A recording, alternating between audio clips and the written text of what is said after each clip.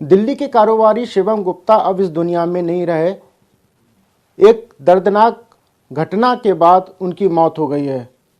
वो 2 जनवरी को अपने दोस्तों के साथ पार्टी करने गए थे। वहीं पर गिग वर्कर्स से किसी बात को लेकर विवाद हुआ और उस विवाद में उन वर्करों ने उनके सिर पर इतनी बार हेलमेट के वार किए कि वो गंभीर रूप से घायल हो गए और उन्हें हॉस्पिटलाइज किया गया। 2 जनवरी की घटना के बाद वो 19 जनवरी तक जिंदगी और मौत से लड़ते रहे और आखिरकार 19 जनवरी को उनकी मौत हो गई। अब ये घटना में इनके जो फादर है, इनका कहना है कि ये एक मुझे साजिशन, इसमें अचानक वाला झगड़ा नहीं है, कोई इसमें साजिश के तहत ये उसकी मौत हुई है, जैसा कि इनका आरोप है।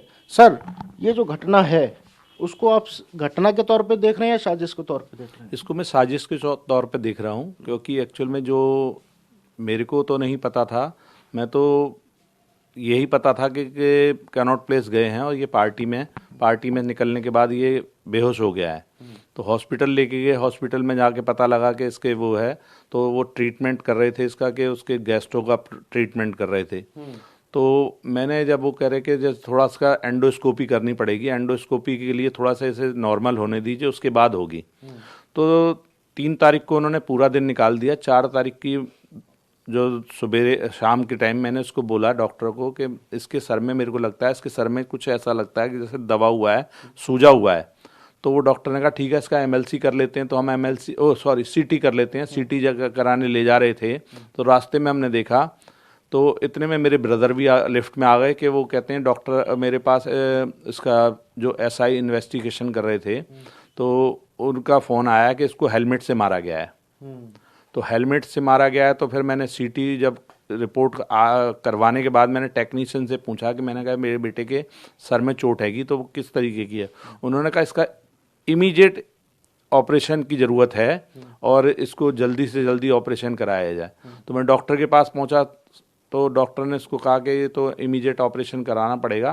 तो हमारे यहाँ ये फैसिलिटी अवेलेबल नहीं है, क्योंकि न्यूरो नहीं है हमारे यहाँ लेडी हार्डिंग में। और मैंने कहा फिर हम प्राइवेट ले जाते हैं। तो बोला कि प्राइवेट आप ले जाएंगे तो इसमें बहुत प्रॉब्लम हो जाएगी, क्योंकि ये इस कंडीशन में नहीं है कि इसका दोबारा से इसका, क्योंकि आपको हम कुछ समरी नहीं देंगे।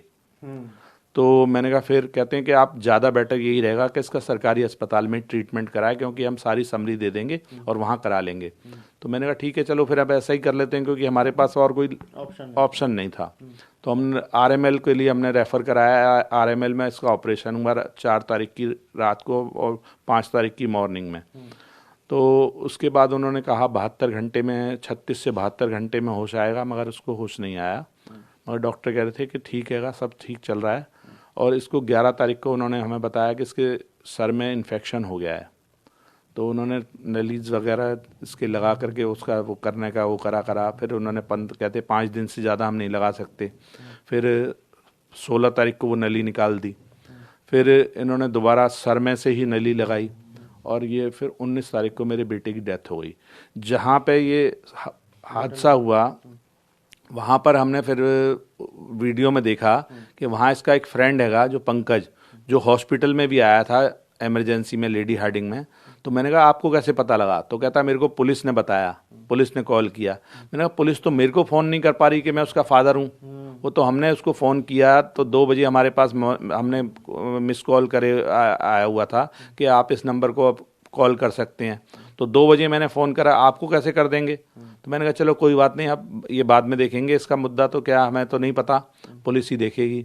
बाद में फिर वो कहने लगा कि मैं साथ में था नहीं बताया उसने मेरे को कि मेरी तो नौकरी छूट रही है, इस वजह से मैंने पार्टी दी थी। मैंने कहा नौकरी छूटते में कोई पार्टी देता है? और मेरी वाइफ को अलग बयान दे रहा है कि मेरी तो प्रमोशन हुई है।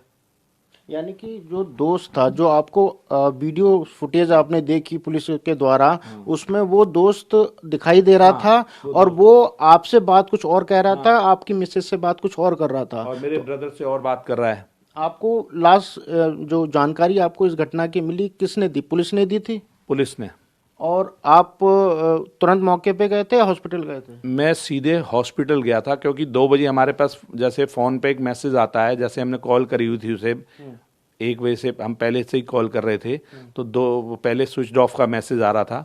फिर हमारे पास 2 बजे एक मैसेज आता है, this phone available for call, तो हमने कॉल करा, तो वो हमने कहा ये फ़ोन, तो कहते हैं हाँ ये बंद हो गया था, बैटरी ख़त्म थी, तो मैंने इसे चार्ज करके ऑन करा है। तो ये एसआई ने बताया। तो मैंने कहा ठीक है। तो वो कह रहे कि ये फ़ोन किसका है? मैंने कहा ये मेरे बेटे का है। तो अच्छा आपके बेटे का, आपका क्या नाम है? मैंने कहा मेरा नाम ये है। मैंने कहा बताइए तो सही। तो उन्होंने कहा आप सीधे हॉस्पिटल पहुंचिए, लेडी हार्डिंग, ये बच्चा जो है हमें वहाँ मिला था पार्किंग में बेहोशी की हालत में, तो हमने इसे एडमिट करा दिया यहाँ पे लेडी हार्डिंग। हमने बिल्कुल बिगड़ देर लगाए हम वहाँ पर पहुँच गए लेडी हार्डिंग। लेडी हार्डिंग में देखा तो 2:15 बज चुके थे। तो वहाँ पर से इसका ट्रीटमेंट चल रहा था, तो वो वॉमिट हो रही थी, इसे ब्लीडिंग की। तो वो डॉक्टर ये कह रहे थे इसको हो सकता है फूड वो हो गया है, कुछ हो गया है। तो डॉक्टर इसको ट्रीटमेंट यही कर रहे थे कि इसका जैसे ही ठीक हो जाएगा, थोड़ा सा कंट्रोल में आएगा, तो हम इसकी वो करेंगे एंडोस्कोपी। मगर इसके लिए नॉर्मल होना ज़रूरी है। जैसे वॉमिट वगैरह कर रहा है तो अभी नहीं होगी, थोड़ा सा ऐसे नॉर्मल करके उसके बाद करेंगे। तो मैंने कहा ठीक है। मगर वो दूसरे दिन जब हमने उसके सर में दबा करके देखा तो उसके दर में सर में जैसे कि पिलपिला हो रखा है, तो उससे पता चला। तो हमने डॉक्टर को बताया, तो डॉक्टर ने कहा इसका सीटी करके पता लग जाएगा। तो सीटी के टाइम पे हमारे को दूसरा भी पता लग गया कि वो एसआई का ही फ़ोन आ गया कि इसको हेलमेट से वो हुआ है। अब पुलिस जो कह रही है कि ये डिलीवरी बॉय हैं, मेरे को डिलीवरी बॉय वो कहीं से नहीं लग रहे हैं, क्योंकि डिलीवरी बॉय की मोटरसाइकिल के ऊपर या स्कूटर जो भी लेके आए हैं उनके ऊपर एक जो सामान ले जाने के लिए एक बॉक्स या बैग लगा होता है, वो कहीं नहीं है। और डिलीवरी बॉय पे ज़्यादातर स्प्लेंडर या वो होते हैं, छोटी मोटरसाइकिल होती हैं, वो पल्सर मोटरसाइकिल है या कोई टीवीएस मोटरसाइकिल है।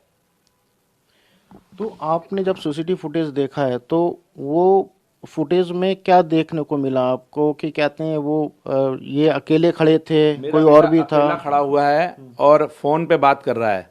पंकज उससे करीबन 5 से 7 मीटर की दूरी पे खड़ा हुआ है। और वो लड़का आया है, आते ही उसने कुछ नहीं करा, अपनी मोटरसाइकिल साइड लगाई है और जा कर के साइड से हेलमेट मारे हैं। और नीचे जैसे ये गिर गया है तो वो दूसरे लड़के ने एकदम उसके पैर से एकदम उसके छाती पे पैर मारे हैं। तीसरा लड़का भी आया था, मगर ये उसने भी हेलमेट इस तरीके से करा हुआ है, मगर वो मारा नहीं है उसने। मैंने कहा ये भी इसको भी होना चाहिए सही पूछने के लिए।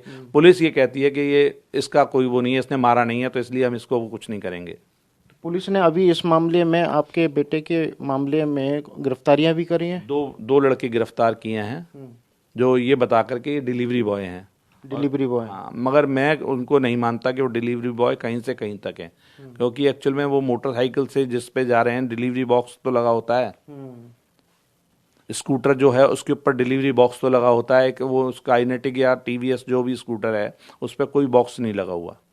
पंकज जो दोस्त है वो इनका कैसा दोस्त था शिवम का? मतलब क्लोज फ्रेंड था या कभी कभी मिलना होता था? और पंकज से किसी तरह की कोई पूछताछ करी पुलिस द्वारा? पंकज से पूछताछ हमने हमारे सामने कोई नहीं करी है। वो कहते हैं हमने कर ली है, मगर हमें नहीं लगता कि उससे तरीके की पूछताछ हुई है। आपको क्या साजिश का एक वो लग रहा है कि साजिश लग रहा है कि हुई, क्योंकि पंकज इससे 1 साल पहले इससे झगड़ा हुआ था मेरे बेटे से। तो उस टाइम हमारे घर के पास ही हुआ था, तो मेरी वाइफ ने उसे एकदम कह दिया था तुम घर जाओ और ये है वो है, तो उस टाइम छुड़वा दिया था मेरे ब्रदर और मेरी वाइफ ने। मैं शॉप पे था अपनी पे पहाड़गंज। किस बात को लेकर झगड़ा हुआ था 1 साल पहले? कोई लड़की छेड़ी थी इसने। तो मेरे बेटे ने ये कहा था कि ये मैं जिस जगह रहता हूँ वहाँ पे अड़ोस पड़ोस में भी इस तरीके का कोई ये नहीं कहेगा कि किसी लड़की कोई मेरे को कहे कि ये इस तरीके की बात है। तो उसके बाद दोबारा दोस्ती वगैरह हो गई? फिर बाद में दोबारा दोस्ती सी आता जाता था। उसके बाद इसका एक्सीडेंट हुआ पंकज का, कहीं पे मेरा बेटा गया और सब कुछ करा, इसका दिखाया, उठाया, उठुया, इसकी गाड़ी भी ठीक करवा के दी। शिवम करते क्या थे? शिवम का कंस्ट्रक्शन का बिजनेस था, बिल्डिंग कंस्ट्रक्शन। तो आपने क्या तहरीर कुछ ऐसी दी है जिसमें आपने कोई शक जाहिर किया हो? पंकज से ही इंफॉर्मेशन निकलेगी, जो भी निकलेगी उसको रिमांड पे लिया जाए या कुछ भी लिया जाए, जिससे कि सब कुछ उसी से पता लगेगा। निश्चित तौर पर शिवम अब इस दुनिया में नहीं है, लेकिन पुलिस के अनुसार ये एक गिग वर्कर्स द्वारा उस पर अटैक किया गया था। लेकिन वहीं शिवम के जो फादर साहब हैं उनका कहना है कि ये एक सामान्य घटना नहीं है, ये साजिश के तहत इस पूरी घटनाक्रम को कराया गया है। अब पूरे मामले पे पुलिस जांच कर रही है। हालांकि 2 लोगों को गिरफ्तार भी कर लिया है, लेकिन उनकी गिरफ्तारी पर सवाल इसलिए खड़ा हो रहा है क्योंकि शिवम के जो पिताजी हैं वो कह रहे हैं कि ये एक साजिशन हत्या है। कैमरा पर्सन निरंजन के साथ अंशुमन यादव, TV9 भारतवर्ष, दिल्ली।